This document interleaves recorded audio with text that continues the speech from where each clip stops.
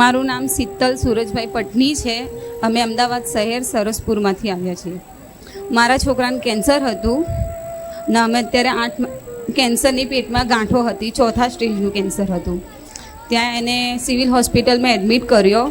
પછી એને 1 મહિનાની અંદર 1 મહિનો થયો, એને કીમોથેરાપીના ડોઝ આપવાનું કીધું હતું ડૉક્ટરે. પછી 15-20 દિવસ પછી આવી રીતના હું ઘરમાં એકલી હતી ને 12-1 વાગે હું રડતી હતી ને માતાજીના વિડીયો જ જોતી હતી. એમાં તમારું વિડીયો આવ્યું. એમાં ખૂંખાર મેલડીએ મને એવું કીધું કે રડશો નહીં, ચિંતા કરશો નહીં, હું તમારી તકલીફ સાંભળું ને તમારી અરજી બી સાંભળું છું. પછી મને આમ વિશ્વાસ આવ્યો ને પછી મેં અરજી કરી માતાજીને. ત્યારે મારા છોકરાને 10 દિવસ સુધી રેગ્યુલર એને ફૂલ તાવ આવતો હતો હોસ્પિટલમાં ને ડૉક્ટરે કીધું હતું કે આનો તાવ કંટ્રોલ થશે ત્યારે એના ડોઝ ચાલુ અમે કરીશું.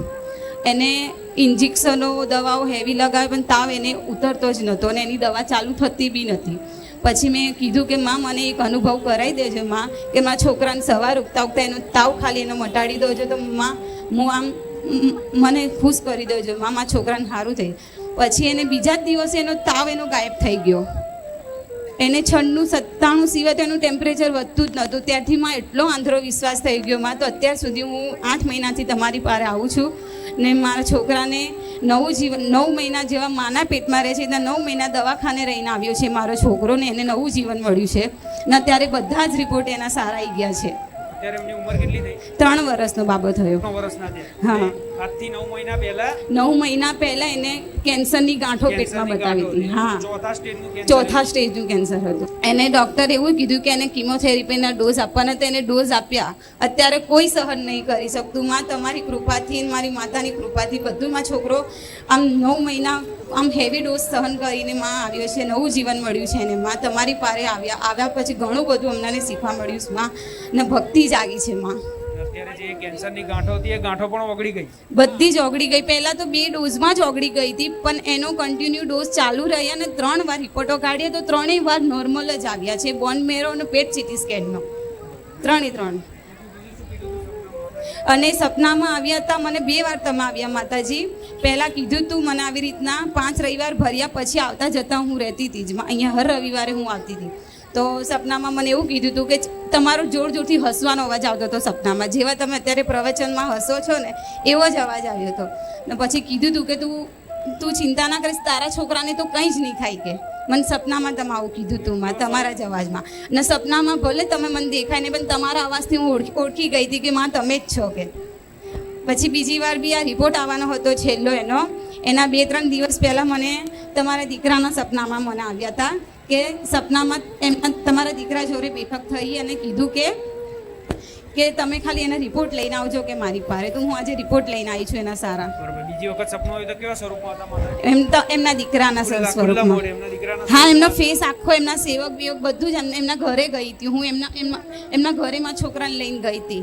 એ સમયે એવું કીધું કે જ્યારે તમે દીકરાને માનતા પૂરી કરવા લઈને આવો ત્યારે રિપોર્ટ લઈને આવજો. હા, કે રિપોર્ટ લઈને આવજો ખાલી કે. તો હું આજે રિપોર્ટ લાવી છું એમની પાસે. સારું થઈ ગયું ને જે ગાંઠો ઓગળી ગઈ એનો રિપોર્ટ લઈને તમે હાલ આવ્યા છીએ. હા, ભલે રાવ મારા છોકરાને બસ તમારા આશીર્વાદ લાવો, મને રિપોર્ટ તો જોઈ લેવા દો. નવું જીવન મળ્યું માં. આ રિપોર્ટમાં શું લખ્યું એ તો ખબર નહીં પણ આ રિપોર્ટ ફેરવાઈ ગયો જાતનો અનુભવ. હા, આ શું ખોટું? સાચું માં, સાચું. કેટલી ગાંઠો કીધી હતી ડોક્ટરે? ઘણી બધી ગાંઠો હતી ડોક્ટર. 4થા સ્ટેજનું એટલે ઘણી બધી ગાંઠો હતી. બસ 4થા સ્ટેજનું કેન્સર એટલે છેલ્લી અવસ્થા કે એનો ઈલાજ અસંભવ લાગે. રિસ્ક ઉપર, જોખમ ઉપર જાગૃત કરાયા માતાજી તમે અને મારી કુળદેવીને મારા સમીપ લાયા અને અમારું ઘણું બધું સારું થઈ ગયું છે. ઘરમાં ભક્તિ ભાવ વધ્યો. હા, બહુ જ. તમારી કુળદેવી પ્રત્યેની ભક્તિ વધી. સરસ. હા, તમે રોજ એના ભોણું ધરાવતા થયા. હા માતાજી. એના વ્યવહાર હાલતા થયા. એના ચુંદડી નવી લાવતા થયા, હાર પહેરાવતા થયા. એના હારી વસ્તુ એને ધરાવતા થયા. એ બધા લાડ પ્રેમ મારા ધામમાંથી તમને શીખવા મળ્યા. ભલે તો રિપોર્ટ નહીં પણ વિધિના ચોપડામાં તે કદાચ લખેલું હોય ને એ ભૂસી નાખે એનું નામ માતા કહેવાય. પણ આ રિપોર્ટ જો સપનામાં જઈ અને મંગાવતી હોય, રિપોર્ટ સપનામાં જઈને મંગાવતી હોય તો મારે એ સાબિત કરવું છે કે ગમે તેવા રિપોર્ટ તે મારી માનતાથી ફેલ થઈ જાય છે. આ રિપોર્ટ જોઈ લેજો. પણ ભલે રામ, તમે આવી શ્રદ્ધા અને વિશ્વાસ મારા પ્રત્યે, મારા ધામ પ્રત્યે રાખો છો અને ખૂબ હરખ રાખ્યો. એ હરખનું પ્રમાણ મળ્યું. પણ એવા આશીર્વાદ આલું છું કે હવે તમારા દીકરાને ક્યારેય કોઈ તકલીફ ના થાય. બસ માં તમારા એ જ આશીર્વાદ જોઈએ છે. ક્યારેય કોઈ એવું દવાખાનું ના આવે. બસ એવા મારા આશીર્વાદ. આ તો એમના આટલા નાના દીકરાને આટલી ભયંકર બીમારી થવી તો શું આ દીકરાએ એવા કેવા કર્મો કર્યા હશે? ભોગવવા પણ 3 વર્ષનો દીકરા શું ખોટું કર્યું હશે, મોનું પાપ કર્યું હશે? પણ એના ગયા જન્મમાં કંઈક ની કંઈક વાતે કંઈક પ્રારબ્ધ ભોગવવાનું હોય ત્યારે આ જન્મમાં નાનપણથી જ કંઈક ની કંઈક મોટી જબરી બીમારી થાય. પણ એમના મા બાપની પ્રાર્થનાથી, એમની મા બાપની ભક્તિથી, ભક્તિ મેં સામર્થ્ય છે ખાલી કે ગમે તેવા પ્રારબ્ધ વિધિના લેખ બદલી શકે, એ ખાલી કરી શકે તો તમારી ભક્તિ અને તમારો વિશ્વાસ. નહીં તો આ વસ્તુમાં પુંદાને કામ ના લાગે, સેવાય કામ ના લાગે, કશું જ કામ નથી લાગતું. પણ એક આર્થ ભાવથી, એક રુદન, એક રડી પ્રાર્થના કરેલી કે હે માં, હવે તારા સિવાય અમારું કોઈ નહીં, એની હું મેરડી અરજી વાપરું. ભલે રામ રામ, ખૂબ આશીર્વાદ. હા માતાજી, કે મારો છોકરો કંઈ જ ખાતો પીતો નતો અને ખાધા પીધા વગર એને આટલા ડોઝ સહન કર્યા છે. અને અમે માતાજી તમને હર રવિવારે હું પ્રાર્થના કરતી હતી કે મારો છોકરો ખાશે પીશે નહીં તો એ ડોઝ કેવી રીતના સહન કરશે. તો મારી પ્રાર્થના તો અત્યારે તીખું તો 3 વર્ષનો, પણ તીખું તો બિલકુલ નહીં. પણ અત્યારે જ્યાંથી મારી માતાને ભાનું ચાલુ કર્યું છે ને ત્યાંથી જેવી માતા ખાય છે એવું મારો છોકરો ખાય છે, એનું ધરાયેલું છે. હું નહીં કહેતી કે તમે તમારી કુળદેવીને રોજ બનાવેલું જે તે ઘેર ભોજન હોય એ ભોજન એની સમક્ષ જઈ અને એના ફોટા સામું જઈ, દીવા સામે જઈ અને કહે ભાવથી ધરાવો ને અને પાણી પીવડાવો ને તો એ ભોજન, એ આપેલો ભોગ એ પ્રસાદ થઈ જાય. અને પ્રસાદ ખાવાથી ભલ ભલા રોગ દૂર થઈ જાય. જો તમે રોજ આવી ભોણું ધરાવો તો રોજ તમારી માતાજીનો પ્રસાદ તમે ખાવશો. અને પ્રસાદ ખાવાથી સદબુદ્ધિ હારી આવે, ગમે તેવી રોગ પીડા તકલીફ હોય એ દૂર થઈ જાય. એ બધું જ એનું રિઝલ્ટ, એનું ફળ આ રૂબરૂ છે. ભલે રામ, આવીને આવી ભક્તિ ટકાઈ રાખજો. ખૂબ આશીર્વાદ. રામ માડી રામ. હિનાબેન જયમીનભાઈ પરમાર, સોજિત્રાથી. 9 વર્ષ મેરેજ થયા હતા. પ્રેગ્નન્સી રહેતી નથી, બહુ દવા કરી. પણ પછી બધાને મને કીધું કે બારે જા, ખાલી ઘરેથી બી માનતા રાખ, તારું કામ થશે. મેં ઘરેથી ખાલી માનતા જ રાખી હતી, શ્રીફળ, ચુંદરી, અગરબત્તીની.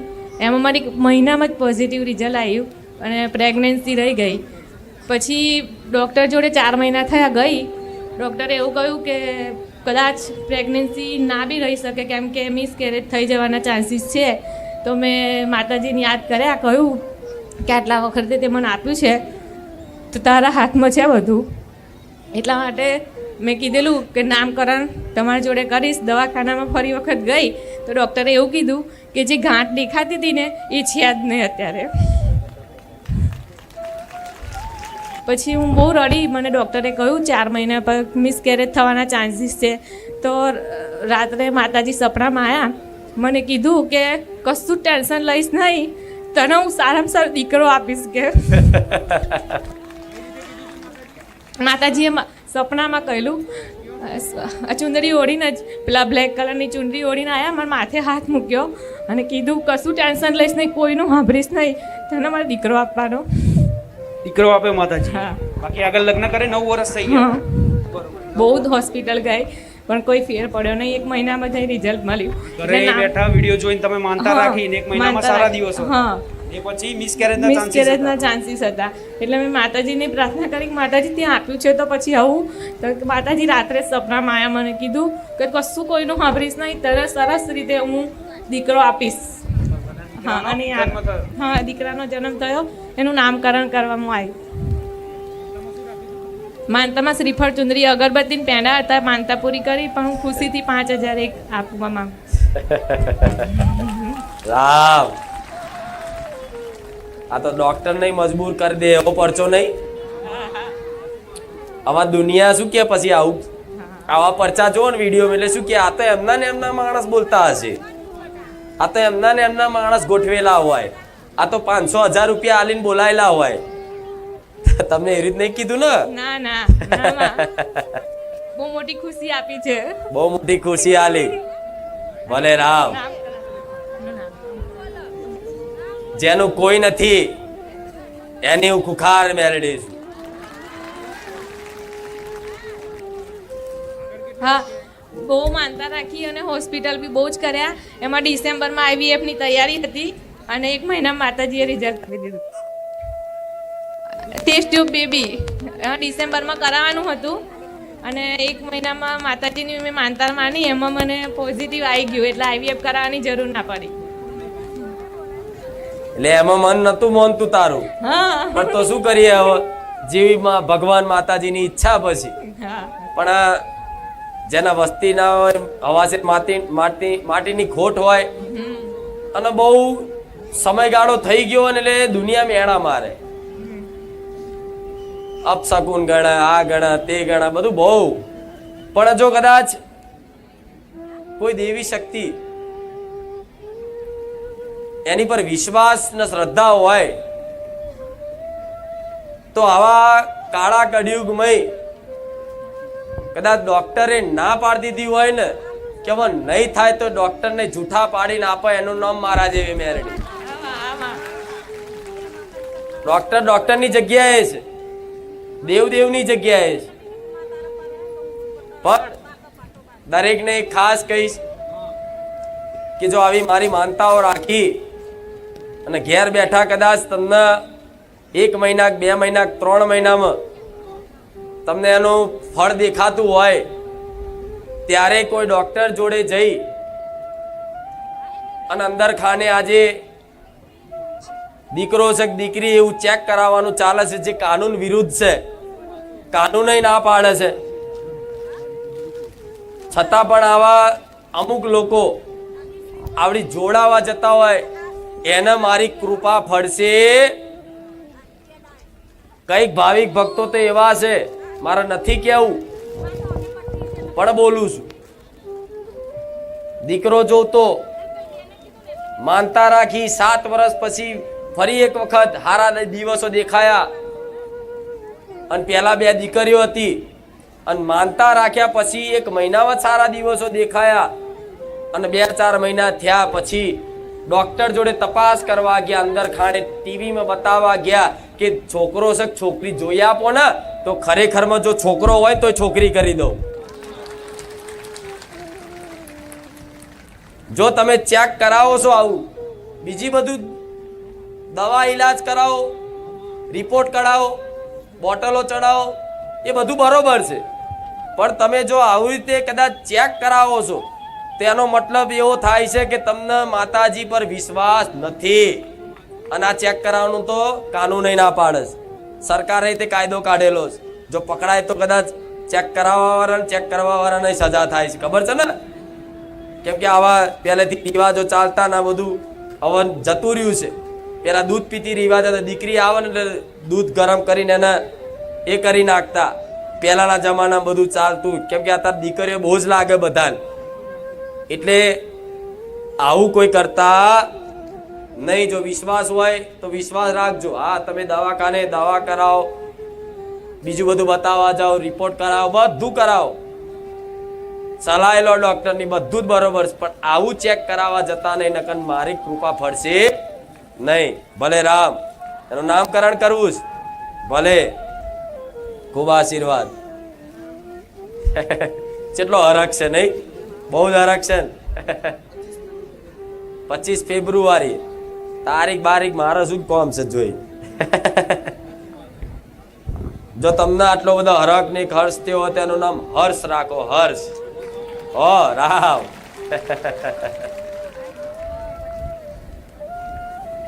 ભલે ખૂબ રામ. ભાઈ કાંતિજી ઠાકોર ડીસા. મેં છોકરાની માનતા રાખી હતી રવિવાર ભરવાની, કે મારા છોકરાનો કમ્પ્લીટ થઈ જાય ને તો હું આટલા રવિવાર ભર્યો તો 10-11 રવિવાર થતા થતાં મારો છોકરો એકદમ કોમાની હાલતમાં હતો. એને કોઈ શરીરમાં કોઈ હતું જ નહીં એમ. ડૉક્ટરો બધા છૂટી પડ્યા હતા. ડીસા, અમદાવાદ, મહેસાણા, પાટણ બધે ફરી વળ્યો હતો. ડૉક્ટરો કે હવે છોકરાને તમે ઘરે લઈ જે થાય એ સેવા કરો. પછી હું માતાજીના યુટ્યુબમાં જોઈને પછી રવિવાર ભરવાનું ચાલુ કર્યું.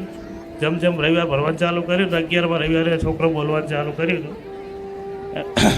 એના પછી રવિવાર ભરે જો એમ છોકરાના શરીરમાં એનર્જી આવી. હાલ છોકરો કમ્પ્લીટ થઈ ગયો. અમારા બાજુથી આવતા હોય દર્શન કરવા તો પછી એને કીધું કે રવિવાર ભરવા આવો, એટલે મેં પછી રવિવાર ભરવાની ના ભેગું ચાલુ કર્યું. બરાબર. એટલે તમારા પાડોશીના કહેવાથી તમે બારેજાધામ રવિવાર ભરવાનું હા ચાલુ કર્યું. હા. એટલે કેટલા રવિવાર ભર્યા તમે? મેં 11 રવિવાર ભર્યા. 11 રવિવારમાં તો એનું શરીર હતું ને એવું થઈ ગયું. અને અને તમે મનથી એવી બોલી કરી કે હા. માતાજી અમે 11 રવિવાર ભરીશું, એમ 11 રવિવારમાં એને રિકવરી. હા, એટલે 11 રવિવારનું કીધું, પણ જેટલા ભરાય એટલા ચાલુ જ રાખ્યા. બસ મેં 11 રવિવારે એનું રિઝલ્ટ ચાલુ થઈ ગયું કમ્પ્લેન. બરોબર. અત્યારે એમના સારું થઈ ગયું. બાકી જીવ જતો રહ્યો એવું જ હતું ને એ સમયે. હા, ડોક્ટરો છૂટી પડ્યા હતા. ડૉક્ટર છૂટી પડ્યા. હાલત જ નથી એમને. બરોબર. એટલે એવા સમયે માતાજી તમે પ્રાર્થના કરી અને અત્યારે માતાજી એમને ઊભા કરી દીધા. હા, ઊભા કરી દીધા. ભલે રામ. હા. રામ માળી રામ. કોમામાં તો 12 મહિને જ 12 મહિનાથી કોમામાં તો બોલવું ના ચાલવું કોઈ હાલત જ નથી એની. 12 મહિનાથી. હા બરાબર. એને ખેંચાઈ ગઈ અચાનક ને એમાંથી બધું શરીર. ડૉક્ટરો હોયથી ડીસા રાખ્યો 2 મહિના. અમદાવાદ, પાટણ, સિવિલ બધે કે હવે તમે ઘરે લઈ જાઓ, એને કોઈ થાય નહીં હવે ઓનું કોઈ. સેવા કરો જોમથી. હા, હોળી આમ જે જીવશે એટલી આ સેવા કરો, બાકી કોઈ નથી. આ છોકરો ભૂલી જવાનો. જીવથી લાશ વળ્યો ને એ ટાઈપની હાલત થઈ ગઈ છોકરાની. પછી મેરડી માની મોનતા રાખી મેં. 11 રવિવાર ની બોલી કરી કે 11 રવિવારમાં માં સારું થઈ જાય. આમાં કોઈ બીજાના કહેવા પર માનતા રાખી રવિવાર ભરવાની. હા અને આવતા જતા દર રવિવાર પ્રાર્થના કરી કે મારા દીકરાને તું કોમામાંથી બહાર લાવી દે, આમાં એનું ભલું કર દે. આમાં અને મનથી હરખથી 2 આહુડા પાડ્યા. આ પાડ્યામાં પાડ્યા ને હા, પાડ્યા. એ પાડ્યા. એ આહુડાનો હિસાબ કરી આમાં અને એના લેખમાં મેખ મારી અને મેં મેરડી ઉભો કર્યો. આમાં આમાં ભલે એક નવું જીવન દાન મળ્યું. આમાં મળ્યું. તો આ નવું જીવન દાન દેવી શક્તિના ભગવાનના નામે સમર્પિત કરી દેવાય. આમાં આ દીકરાને હવે ભણાવો ગણાવો બધું જ કરાવો, આમાં પણ એના ધર્મનું જ્ઞાન આલી, કુળદેવનું જ્ઞાન આલી, એના રામ નામ લખતા શીખવાડો, બોલતા શીખવાડો. આમાં જેમ લેસન આવતા હોય એ રીતે રામ નામ લખતા શીખવાડો. આમાં અલગથી ભણવાનું કરાવતા હોય તો એક અલગથી આ ધાર્મિક વિષય એને આપો, આમાં જેથી આખું જીવન એને ધર્મ પ્રત્યે, માતાજી ભગવાન પ્રત્યે સમર્પિત થઈ જાય. નવું જીવન એના નામથી મળ્યું છે ને, તો આગળ જતા એનું ઉજળું ભવિષ્ય થાય એવી મારી મેલડીની આશા છે. આમાં આમાં માનતામાં રાખ્યું હતું કિલો પેડા, ચોખાનું કટ્ટું, શ્રીફળ, ચૂંદડી, અગરબત્તી કરી દીધું હતું અને 5000 આપણા પગે મૂકવાના કીધું હતું. હા, મારા મનથી રાખ્યું. એવું તમારા મનથી રાખ્યું હતું ને? મનથી રાખ્યું. કોઈ બાધા નથી આલી ને? ના માં બાધા એવું અને એમનો આવા ગરીબોનો ભાવ થાયો કે કદાચ આવા 50,000 લાખ રૂપિયા બગાડીને જો કદાચ ડોક્ટર થી આ દુઃખ ના મટ્યું અને મારી ખુખાર મેરડીએ જો કદાચ 11 રવિવારમાં બોલી પ્રમાણે મટાડી દીધું તો કદાચ 1 લાખ રૂપિયા આલે તો 5,000 રૂપિયા એ ચમલા આલું. આમાં અને આ સ્વીકાર છે મને હસતા હસતા. આરક કહેવાય, આ ભાવ કહેવાય કે દવાખાનાના જો કદાચ ડોક્ટરો તો કેટલા રૂપિયા, ડોક્ટર 8 થી 9 લાખ બગાડી નાખ્યા. હું તો 50,000 લાખ કહું છું, એ જાતે શું કહે છે કેટલા લાખ? 8 થી 9 લાખ રૂપિયા બગાડ્યા. 8 થી 9 લાખ રૂપિયા બગાડ્યા છતાંય કોઈ રિઝલ્ટ નહીં, કોઈ રિઝલ્ટ નહીં, કોઈ રિપોર્ટ જ ના આવે, કોઈ રિપોર્ટ જ ના આવે. કોઈ. અસલ ભાવ કહેવાય. ભલે પણ આવા ગરીબોના 5 રૂપિયા બી કદાચ આવા ભાવથી આલો ને મને હસતા હસતા સ્વીકાર આમાં અને કરોડપતિ કદાચ હોય ને ગમે તેવું અભિમાન કરીને આવતો ને અહીં લાલચ આલીને કદાચ કોમ કરાવવા માંગતો હોય ને મારીને ઘેર બોલાવતો હોય ને તેના કરોડો રૂપિયાના ઘેર આમાં મને રામ રામમાં આશીર્વાદ. ગામ ગોધરા નામ કાજલબેન ગોપાલ.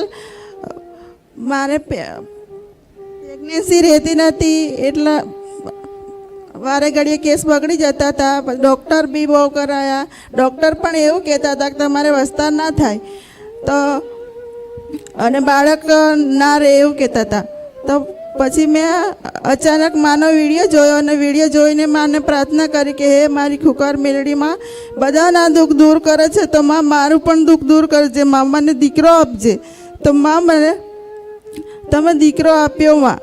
અને મારા સપનામાં પણ આવ્યા હતા માં કે તમારી આરતી કરી અને પ્રવચન સાંભળ્યું અને પછી તમે ઘરે જવા ઊભા થયા તો માં મેં પગે લાગીને એવું કીધું કે માં મારી આટલી નજીક આવ્યા છે તો મારા દિલની વાત બધી કહી દઉં માને. તો માં મેં તમને એવું કીધું કે માં માની લાજ રાખજે, માં મને દીકરો આપજે. અને મારા પતિ રવિવાર ભરવા આવે છે તો બધા લોકો જાણે છે કે રવિવાર ભરવા આવે છે. તો માં અમારા ગામમાં લોકો મક્ષરી ના કરે એવું ધ્યાન રાખજે માં. અને મારી લાજ રાખતો. મારી માએ એવું કીધું કે હા દીકરી ચિંતા ના કરતી, તને દીકરો જ આપીશ એમ. સપનામાં માએ એવું કીધું મને. આગળ લગ્ન કરે કેટલા વર્ષ થયા હતા? 5 વર્ષ 5 વર્ષ થયા હતા. અને 5 વર્ષથી કોઈ સંતાન ના નતું. ડૉક્ટર પણ ના પાડતા હતા. ડોક્ટર બતાવ્યું ડોક્ટરને તો ડોક્ટર પણ એવું કહેતા હતા કે નહીં જ થાય નહીં એમ, થાય. કોઈ શક્યતા જ નથી.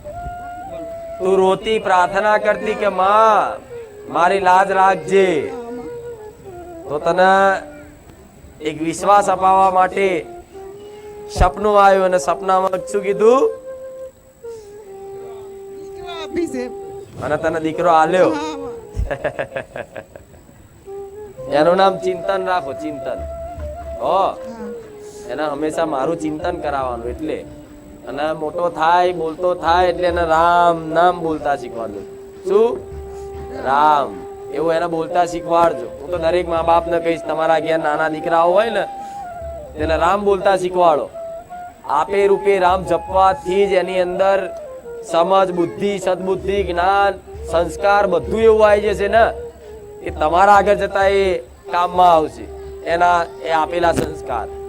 ભલે રામ. મારું નામ ધર્મેશ છે. હું બારેજાનો છું. હાલમાં સિલજ રહું છું. મારી વાઈફને પ્રોબ્લેમ થયો હતો 7મા મહિને. પાણીને બધું નીકળી ગયું હતું. તો ડૉક્ટરે તાત્કાલિક ડિલિવરી કરવાનું કીધું હતું માં. હવે એ જ દિવસે બીજા દિવસે સીઝર કરવાનું હતું. અને રાત્રે અમે નીચે બેઠા હતા હોસ્પિટલની અને અહીંયા મારા ફ્રેન્ડ મળ્યો મહાકાળી પાર્લરવાળા વિપુલને એ બધા.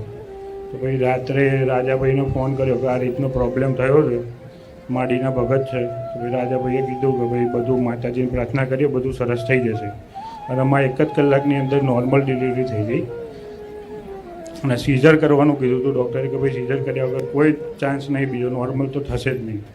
અને ઊંધું બચ્ચું આવ્યું હતું મારી. ડિલિવરી થઈ પછી બી એના ધબકારા એવું કંઈ નહોતું 5-10 મિનિટ સુધી. ડૉક્ટરે એવું જ કીધું ભાઈ બચ્ચાનું કંઈ ના કહી શકીએ હવે. એટલે પછી 10-15 મિનિટ પછી ધબકારા આવી ગયા. પછી ડૉક્ટરે ખુદ કીધું હતું કે મારી લાઈફમાં મેં પહેલું આવો ચમત્કાર જોયો કે આ રીતનું થયું. ડોક્ટર જાતે એવું બોલે. આ મારી બેબી 5 વર્ષની છે. અને આ હા બેબી હતી. હા દીકરો હતો. અને દીકરા માટે જ તમે મારા રવિવાર ભરવાનું ચાલુ કર્યું. હા મારી એક જ અરજી હતી, હા એક જ પ્રાર્થના હતી. અને આજે 1 વર્ષ પૂરું થયું. આજે જ થયું. અને આજે પહેલો જ રવિવાર મારો 20/5નો હતો. એ દાડે માને મેં કીધું કે માં મેં મારી કુળદેવીને તો મૂક્યું છે બાબો આલો, પણ મારી માં ખુખાર મેલડી માં તું મારી જોડે રહેજે અને મારા ધર્મેશના ઘેર એક સરસ દેવ જેવો દીકરો આપજે. એવું માં મેં તમને અરજી નાખી હતી. આ મારી બચ્ચી તો રોજ કે મારી જોડે તો મારી ખુખાર મેલડી માં છે કે મને કશું જ થવાનું નહીં. એક દિવસ રાત્રે 3 વાગે ઉઠી અને એને મચ્છર કરડ્યા, વલુરતી હતી. મેં તો વલુરે નહીં બેટા તને લાઈ પડશે. અરે કે મારી જોડે તો મારી ખુખાર મેલડી માં બેઠી છે કે કશું જ ના થાય કે મને ભલે રામ આશીર્વાદ. રામ મારી માં ખૂબ રામ.